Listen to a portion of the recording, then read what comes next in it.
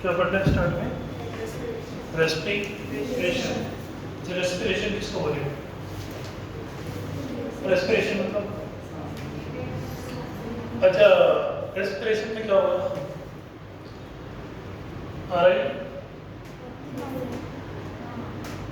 Respiration मतलब क्या हो गया? Oxidation of food. इसको अपन क्या बोलेंगे? इसका हम रेस्पिरेशन बोलेंगे। रेस्पिरेशन मतलब ऑक्सीडेशन ऑफ फूड, बराबर। अगर ऑक्सीडेशन ऑफ फूड अगर प्रेजेंस ऑफ ऑक्सीजन में हुआ तो हम इसको बोलेंगे एरोबिक, और इन एब्सेंस ऑफ ऑक्सीजन हुआ तो बोलेंगे अनएरोबिक। इतना क्लियर है? क्लियर हो गया बेटा? एरोबिक अनएरोबिक का कंसेप्ट क्लियर हुआ? क्या है रेस्पिरेशन? Oxidation of food. अगर आप पेज नंबर 227 देखेंगे तो यहाँ पे कुछ 10वीं लाइन में लिखा है breakdown of carbon carbon bond. किसका ब्रेकडाउन होगा? कार्बन कार्बन बॉन्ड का ब्रेकडाउन होगा, और ब्रेकडाउन होने के बाद यहाँ से क्या निकाली जाएगी? एनर्जी। अरे बस अब एक बात है, रेस्पिरेटरी सबस्ट्रेट वही लिखा है, रेस्पिरेटरी सबस्ट्रेट। अब इसका मतलब क्या होता है? रेस्पिरेटरी सबस्ट्रेट जिसका ऑक्सीडेशन हो रहा है, जिसका ऑक्सीडेशन हो रहा है उसको हम क्या बोलेंगे? Respiratory substrate. कैमरे में आ रहा है सही? ठीक है। अच्छा, हमारे पास रेस्पिरेटरी सबस्ट्रेट कौन कौन है? लिपिड है, प्रोटीन है और कार्बोहाइड्रेट है। अगर आपको क्लास कैलोरीफिक वैल्यू मालूम है, फिजिकल कैलोरीफिक वैल्यू है, तो आपको पता है कार्बोहाइड्रेट की जो वैल्यू है वो 4.1 है, जबकि प्रोटीन की बात करें तो 5.65, जबकि लिपिड की बात करें तो 9.45 ये इनकी वैल्यू। अगर क्वेश्चन आया कि किसको ऑक्सीडेशन करने से ज्यादा एनर्जी मिलेगी तो आंसर जाएगा लिपिड। लेकिन पूछा गया मोस्ट कॉमन सबस्ट्रेट कौन है, तो वो है कार्बोहाइड्रेट। ये सब सबस्ट्रेट है, ये सब क्या है? सबस्ट्रेट है। अरे बस क्लियर? अच्छा, एकदम लास्ट लाइन में अगर आप देखेंगे तो वहाँ ग्लाइकोलाइसिस थोड़ा ऊपर, जो ग्लाइकोलाइसिस दिया 14.1 वाला टॉपिक, इसके थोड़े ऊपर, सॉरी नो प्लांट ब्रीदिंग 14.1, इसके थोड़े ऊपर एक वर्ड लिखा है ग्लाइकोलाइसिस। ठीक है, मिला? चलिए कोई बात नहीं। No plant breathing 4.1।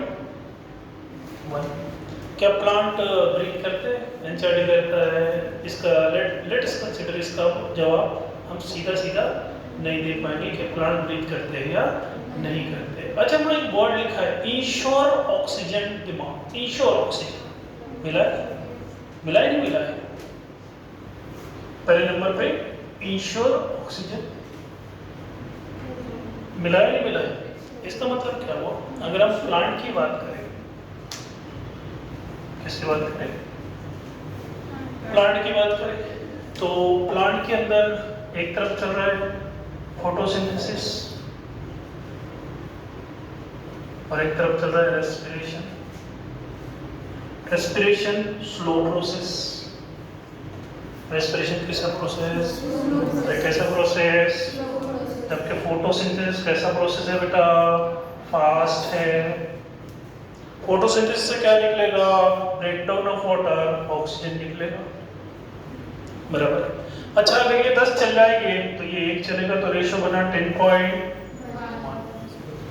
अरे बस। अच्छा, रेस्पिरेशन का बाय प्रोडक्ट क्या है? CO2। फोटोसिंथेसिस में क्या लेगा? CO2। क्या रिलीज करेगा? ऑक्सीजन। रेस्पिरेशन में क्या लेगा? ऑक्सीजन। तो प्लांट ये लाइन तो कह रही है कि प्लांट इंश्योर कर रहा है ऑक्सीजन की जो डिमांड के, प्लांट के पार्ट्स फोटोसिंथेसिस भी है, रेस्पिरेशन भी है। रेस्पिरेशन जो है काफ़ी स्लो प्रोसेस है, एक रेस्पिरेशन होगा तो वहाँ 10 बार फोटोसिंथेसिस हो जाएगा, तो 10 बार फोटोसिंथेसिस होगा तो 10 बार ऑक्सीजन निकलेगा, 10 बार वाटर ब्रेकडाउन होगा। अब जब वाटर का ब्रेकडाउन इतनी बार होगा तो रेस्पिरेशन में जो ऑक्सीजन लग रही है क्या इसकी कमी होगी? कभी नहीं होगी, क्योंकि ये तो 10 बार चल। अच्छा, जब रेस्पिरेशन होगा तो CO2 निकलेगा, अरे बस समझ में। तो यहाँ पे सिर्फ ये एक ही बार चल रहा है, ये 10 बार चल जा रही है, तो ये तो सिर्फ एक ही बार CO2 की नीड को प्रोवाइड कर पाएगा। तो बचा हुआ CO2 प्लांट कहाँ से लेगा? एनवायरनमेंट से। अरे बस। अच्छा ये 10 बार चल रहा है, ये एक ही बार चल रहा है उतने समय में, तो इसने 9 ऑक्सीजन निकाल लिया, 10 ऑक्सीजन निकाल लिया, 10 में से इसने एक ले लिया, 9 तो गए एनवायरनमेंट में, तो क्या ब्रीथ कर रहे हैं। तो दो प्लांट ब्रीथ में जो ईश्वर ऑक्सीजन का कंसेप्ट है वो ये दिखाता है। क्लियर हो गया बेटा? अब आगे बढ़े तो कई सारे पॉइंट लिखे हैं कि देखिए भाई, जैसे एनिमल के अंदर रेस्पिरेटरी सिस्टम होता है, तो एनिमल के अंदर demand of oxygen, demand of gases बहुत ज़्यादा होती है, प्लांट के अंदर डिमांड ऑफ गैसेस बहुत कम होती है।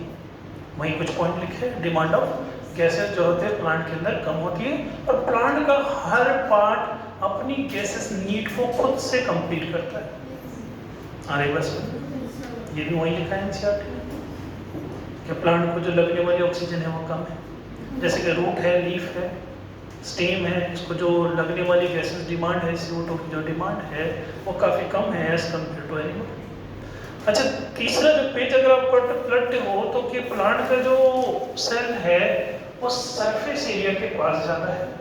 जैसे कि हमारे सेल का एग्जांपल आप ले लें, किडनी का एग्जांपल लेंगे। किडनी का जो सेल है ये काफ़ी डीप है। मान लीजिए नेफ्रॉन ले लीजिए, हमारे बॉडी में कई सारी कवरिंग है, एक्टोडर्म, मेसोडर्म, इंडोडर्म, उसके बाद कई सारी लेयर्स आएंगी, मेसोएंडोथेलियम वगैरह वगैरह, हम किडनी तक पहुँचेंगे, तो हमारा सेल काफ़ी डीप है। लेकिन प्लांट का सेल सरफेस एरिया के काफ़ी करीब रहेगा, इन्वायरमेंट के काफ़ी करीब रहेगा, इसलिए एक्सचेंज ऑफ गैसेस यहाँ पे बहुत अच्छे से हो जाए। आए बात समझ में? एनसीईआरटी 14.1 में लिखा है कि जैसे हमारे पास लंग्स होते हैं वैसे प्लांट के पास लेंटिसेल और स्टोमेटा होते हैं। ये कुछ बात ध्यान रखिए। क्लियर हो गई बात? दो प्लांट भी इसका लेटेस्ट कंसीडर एनसीईआरटी कह रहा है कि इसका आंसर हम सीधा सीधा नहीं दे पाएंगे। कह रहा है कि जैसे एनिमल के अंदर रेस्पिरेटरी ऑर्गन होते हैं, लंग्स वगैरह, वैसे प्लांट के पास क्या होते हैं? तो स्टोमेटा और लेंटिसेल्स। अच्छा प्लांट को एनिमल जितनी ऑक्सीजन नहीं लगती, अरे बार समझ में, उसको बहुत कम ऑक्सीजन लगती है, और हर पार्ट प्लांट का ऑक्सीजन का एक्सचेंज कर रहा है, its own care need of oxygen. वो खुद की केयर कर रहा है, उसकी need of demand of CO2 की। क्लियर हो गई बात? इतना समझ में आ गया? लास्ट में यहाँ पे ग्लाइकोलिसिस लिखा है। क्या लिखा है? ग्लाइकोलिसिस। देखिए पेज पर ग्लाइकोलिसिस लिखा है, रिएक्शन भी यहाँ पे लिखी है। इस पेज पे आप पेज नंबर 228 पे 6H12O6 + 6O2 6CO2 + 12H2O + 686 kilo calorie. 6 clear हो गया? अब क्लियर हो गया? चलिए इतना समझ में आ गया? लास्ट में ग्लाइकोलिसिस लिखा है यहाँ पे, व्हाइट बोर्ड लिखा है partial breakdown of, partial oxidation या पार्शियल ब्रेकडाउन ऑफ ग्लूकोज। तो पहले पार्शियल लिखा है, ब्रेकडाउन बाद में वही और करके ऑक्सीडेशन लिखा है। इसका मतलब ग्लाइकोलिसिस। आ जाओ ग्लाइकोलिसिस पे आगे।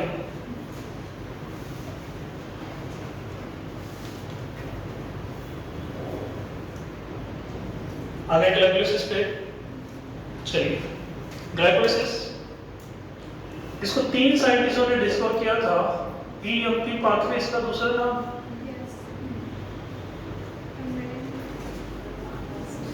तीन जर्मन साइंटिस्ट एमिडेंट मेथड परनास ने इसको डिस्कवर किया था, इसलिए EMP पाथवे बोलेंगे।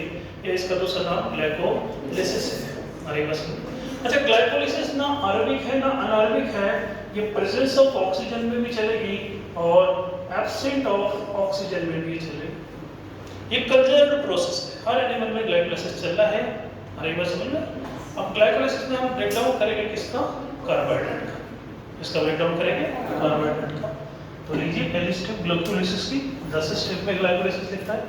ग्लूकोज, ग्लूकोज लीजिए, ग्लूकोज का formula C6। Very good. Now glucose, अब मान लीजिए एक लड़का है, बड़ा इतरा रहा है उसके हेयर बड़े अच्छे हैं। अच्छा टकला कर दिए तो क्या होगा? क्या वो घर के बाहर जा पाएगा? किसी लड़की का टकला कर दिया, क्या वो घर के बाहर जाएगा? अच्छा किसी लड़की का कर दिया तो वो तो जा ही नहीं पाएगी। अरे बात समझ। तो ग्लूकोज के साथ भी कुछ ऐसी होता है, जब ग्लूकोज सेल के अंदर आता है ब्लड चैनल के थ्रू, ग्लूकोज वापस जाने के लिए भी उत्तेजित हो जाता है, तो यहाँ पे एनर्जी लगा दी जाती है इसको स्टेबल करने के लिए। ATP converted to the ATP, glucose converted to the glucose 6 phosphate. किसमें कन्वर्ट होगा? किसमें कन्वर्ट होगा? अरे यहाँ पे एक एंजाइम है, यहाँ पे एक एंजाइम है जिसमें दम है एटीपी तोड़ने का, नाम है हेक्सोकाइनेज। क्या नाम है? अरे बस अब ग्लूकोज बाहर नहीं जा पाएगा, एक फास्फेट लग गया। अच्छा ग्लूकोज 6 फास्फेट कन्वर्ट होगा फ्रुक्टोज 6 फास्फेट में। अच्छा फ्रुक्टोज 6 फास्फेट में कन्वर्ट हुआ, कौन कन्वर्ट हुआ? Glucose 6 phosphate. अच्छा ये दोनों एक दूसरे के जुड़वा है, ये दोनों एक दूसरे के जुड़वा है, और जब जुड़वा बनते हैं, जब जुड़वा बनते हैं तो ये रिश्ता क्या कहलाता है? आइसोमराइजेशन। एंजाइम का नाम है आइसोमरेज। कौन सा मरेज? एरो लिखने का क्या मतलब है? चुन्नी से मुन्नी, मुन्नी से चुन्नी, लाली से बाली, बाली से लाली, मतलब इससे ये, इससे ये कभी भी कन्वर्ट हो सकता है। पहली रिएक्शन रिवर्सिबल नहीं है, दूसरी रिएक्शन रिवर्सिबल है। फ्रुक्टोज कहने लगा तुमने ग्लूकोज को तो एनर्जी, तुमने ग्लूकोज को क्या दी? मैं नहीं टूटूंगा, मैं नहीं मानूंगा, जाओ कह दो, जाओ कह दो जिसे कहना है। तो यहाँ क्या लगा दिया जाएगा? एटीपी। क्या लगाएंगे? ATP convert into the, ATP convert into the, ATP convert into the ADP and glucose. एक फास्फेट निकल गया। अच्छा पहला फास्फेट कितने नंबर पे लगा था? अगर ये 6 कार्बन का है तो ये कितने कार्बन का? ये कितने कार्बन का? 6। ये भी कितने कार्बन का? 6। इसके कितने नंबर के कार्बन पे फास्फेट लगा था? तो यहाँ लगे फ्रुक्टोज 1 6 बिस या बाई फास्फेट। अरे बस ये रिएक्शन भी इरिवर्सिबल एंजाइम का नाम फास्फो फ्रुक्टोज काइनेज। अरे बस एंजाइम का नाम, अरे एंजाइम का नाम। अच्छा आगे बढ़िए। अच्छा ये फास्फेट कहाँ से आया? क्वेश्चन पूछ दिया, ये फास्फेट कहाँ से आया? एटीपी से। ये फास्फेट किससे आया? ग्लूकोज। अच्छा ग्लूकोज के पास किससे आया? एटीपी से। अरे बस। अच्छा एक होता है सुक्रोज, पेज नंबर 229 पे देखिए, इन्वर्टेज सुक्रोज का एक कंसेप्ट है। मिल गया? आप स्टार्ट की दूसरी लाइन देखेंगे, वहाँ इन्वर्टेज लिखा है। सुक्रोज दो चीजों में ब्रेकडाउन होगा, एक होगा ग्लूकोज में और एक होगा किसमें होगा बेटा? फ्रुक्टोज में। बराबर? अरे मैं समझ में। एंजाइम का नाम, एंजाइम का नाम इन्वर्टर या इन्वर्टेज? इन्वर्ट। एक बच्चे ने बोल दिया इन्वर्टर, सब गड़बड़ हो गई। इन्वर्टेज। ये ग्लूकोज सीधा कहाँ एंटर हो जाएगा? यहाँ। फ्रुक्टोज यहाँ पे। लेकिन फ्रुक्टोज जब एंटर होगा तो क्या होगा? एडीपी कन्वर्ट हो जाएगा, एटीपी कन्वर्ट हो जाएगा एडीपी में, यानी एक फास्फेट लग गया है। अरे बस क्वेश्चन पूछा गया कि दोनों में से जल्दी एनर्जी कौन दे रहा है? ग्लूकोज या फ्रुक्टोज? दोनों में से जल्दी एनर्जी कौन दे रहा है? गिरीश? फ्रुक्टोज। क्यों भाई? ग्लूकोज 1 2 तीसरी स्टेप में यहाँ है, फ्रुक्टोज 1 2 स्टेप में आ गया। ये तो जल्दी होने वाली है ना। यहाँ कितने स्टेप लग रहे हैं? 1 2 3 बराबर है, बराबर है ना। ये ब्रेकडाउन हुआ, सीधा यहाँ गया। समझ में आया? समझ में आया? इसको बोलते हैं सिंथेसिस फेज। क्या बोलेंगे फेज को? क्या बोलेंगे बेटा? ये पूरा के बेस चलता है सिर्फ वन टाइम। कितनी बार चलेगा? One time. इसके बाद जो कुछ भी आएगा वो चलेगा 2 बार। कितनी बार चलेगा? 2 बार। क्या लाए हो? अरे क्या लाए हो? क्या लाए हो? एंजाइम का नाम है अल्डोलेस। एंजाइम का नाम क्या है? क्या नाम है? तोड़ देगा। क्या करेगा? क्या करेगा? तोड़ देगा। किसको तोड़ेगा? कौन तोड़ेगा? इसमें तोड़ेगा। DHAP डायहाइड्रोएसीटोन, डायहाइड्रोएसीटोन, डायहाइड्रोएसीटोन, डायहाइड्रोएसीटोन phosphate. साथ ही साथ 3-phosphoglyceraldehyde, 3-phosphoglyceraldehyde। हमारी बस में PgAl, 3PgAl, 3PgAl, 3-phosphoglyceraldehyde। Any question? Clear है? अच्छा, DHAP से ये बन सकता है और इससे ये बन सकता है। बताइए ये रिश्ता क्या कहलाता है? एंजाइम का नाम? एंजाइम का नाम आइसोमरेज। हमारी बस ये रिएक्शन रिवर्सिबल, ये रिएक्शन भी रिवर्सिबल। हमारी बस एनी क्वेश्चन? क्लियर? नाउ इसको यहाँ ड्रॉ करो। क्या क्या बता रहा? चलिए बढ़िया।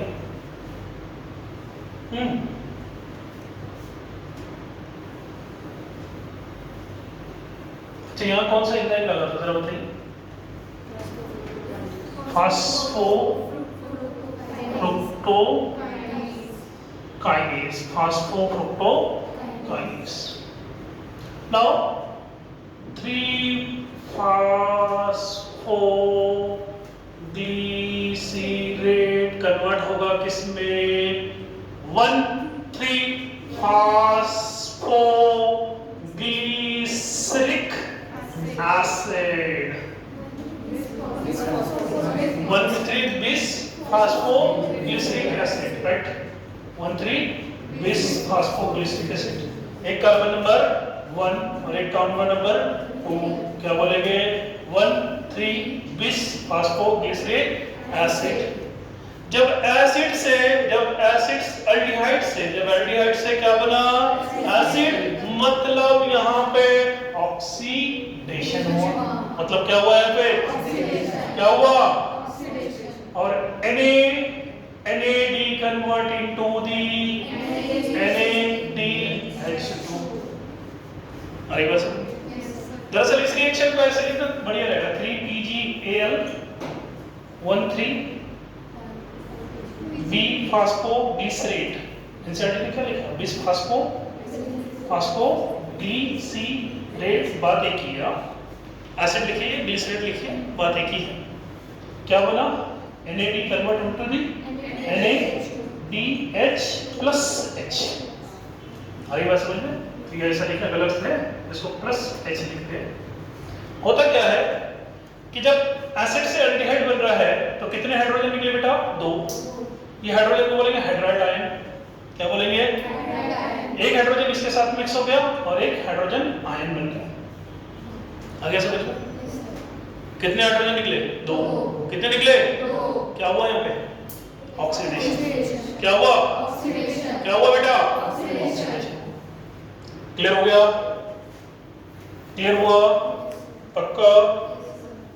यहीं पे एंट्री हुई H3PO4। मतलब क्या बना रहा है? अरे मतलब फास्फोरिक एसिड। किसकी एंट्री हुई? Phosphoric acid. किसकी एंट्री हुई? Phosphoric acid. तो रेड वाला जो एरो है वो किसको दिखा रहा है?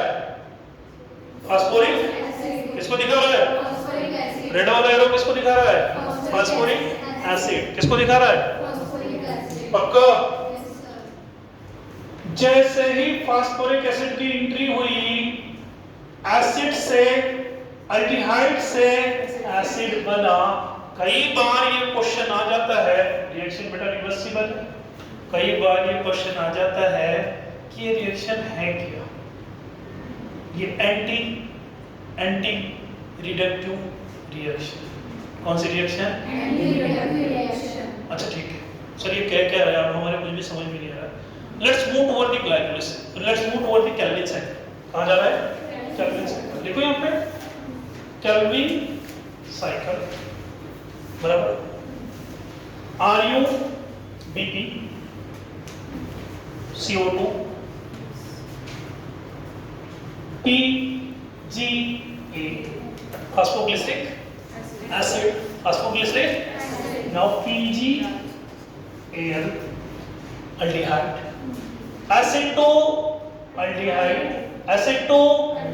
reduction, acetaldehyde, aldehyde to acid, oxidation. This is anti-glycolytic. This is anti-glycolytic. ये किसके अपोजिट में चल रहा है? क्योंकि केल्विन साइकिल में रिडक्शन में एसिड से क्या बना? अरे एसिड से क्या बना? या एल्डिहाइड से क्या बना? क्वेश्चन पूछ लिया जाए कि कौन सी ग्लाइकोलिसिस की रिएक्शन एंटी ग्लाइकोलिटिक है? आंसर जाएगा 1 2 3 4 5 6। आगे बात समझ में? क्योंकि केल्विन साइकिल में यहाँ पे क्या बना? एसिटो, और यहाँ पे अरे बस यहाँ क्या हुआ? तो यहाँ क्या हुआ? यहाँ पे NADPH2, यहाँ NADH2 फॉर्म हुआ, यहाँ लगा। तो कोई चीज जब बनती है तो वहां लग जाता है NADPH2, और जब कोई चीज टूटती है तो क्या बनता है? बना छन से जो टूटे वही सपना। तो वहां क्या बना? जब NADH2 साल आगे बात समझ में? जब कुछ बने मतलब बनने को एनाबॉलिज्म कहते हैं, तो ये एनाबॉलिक में यूज होगा, ये कैटाबॉलिक में बनेगा। इसका जन्मदाता कैटाबॉलिज्म है, इसका जन्मदाता एनाबॉलिज्म। आगे बात समझ में? Any question? Shall I move forward? आगे बढ़ो। Now, a very good PET aspirant know that 1,3-bis-phosphoglyceric acid convert into the 3-phosphoglyceric NCERT में ट्रायस फॉस्फेट लिखा हुआ मिलेगा। अरे भाई समझ में? ट्रायस फॉस्फेट हर जगह दो मॉलिक्यूल लिखे मिलेंगे। इसके बाद ये दो मॉलिक्यूल, ये दो मॉलिक्यूल, ये दो मॉलिक्यूल। अरे बस क्लियर है? आगे बढ़े। अब बेटा एक बात ध्यान दो कि यहाँ का जो एक्स्ट्रा फॉस्फेट था, ADP convert into the ATP, NCERT में लिखा नहीं है। निकला फॉस्फेट। अच्छा यहाँ पे फॉस्फेट कहाँ से आया? फॉस्फोरिक एसिड से, क्योंकि यहाँ कितने फॉस्फेट? C8। कौन से पोजीशन पे था? थर्ड। तो ये 1 पोजीशन का फॉस्फेट कहाँ से आया? तो इसलिए बैलेंस करने के लिए लिखा, एनसीईआरटी में लिखा नहीं। अरे बस बच्चा पूछेगा ये फॉस्फेट आया कहाँ से? फॉस्फोरिक एसिड से।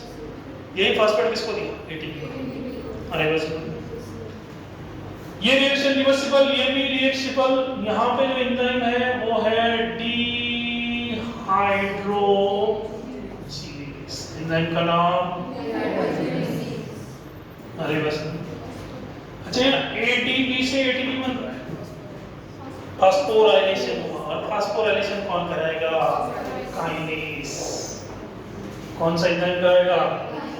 अच्छा यहाँ हेक्सोकाइनेस। यहाँ काइनेस क्यों? ये 6 कार्बन की शुगर है बेटा, इसलिए हेक्सो लिखा। अरे बात समझ में? ये कितने कार्बन की है, इसलिए क्या लिखा? बच्चे के दिमाग में एक और क्वेश्चन आया, सर जो ATP आपने बनाया, ये ATP कैसे बना? एनीबडी कोई बता पाएगा? अच्छा क्वेश्चन इज दैट कि ATP बनाने के लिए एक तो माइटोकॉन्ड्रिया लगेगा, या फिर क्लोरोप्लास्ट लगेगा, बराबर है। यहाँ ना माइटोकॉन्ड्रिया है ना क्लोरोप्लास्ट है, ये तो साइटोप्लाज्म में चल रही है, बराबर है। यहाँ एटीपी बना कैसे? This is called as SLP, substrate, very good, substrate level phosphorylation, substrate level phosphorylation, substrate level phosphorylation. मतलब एंजाइम में ही इतनी ताकत है कि इस सबस्ट्रेट से जब ये बना दे वहीं पे एटीपी बना दे। अरे बस कौन सा एंजाइम? हेक्सोकाइन। क्वेश्चन पूछा गया कौन सी स्टेट SLP करवाती है? आंसर करेगा 3 फास्फेट वाले से 1,3 फास्फेट वाले से 3 फास्फेट। एंजाइम का नाम काइनेस। क्लियर है? रिवर्सिबल इनरिवर्सिबल? रिवर्सिबल। आगे रिवर्सिबल आ जाइए नीचे। यहाँ पे हेक्सोकाइनेस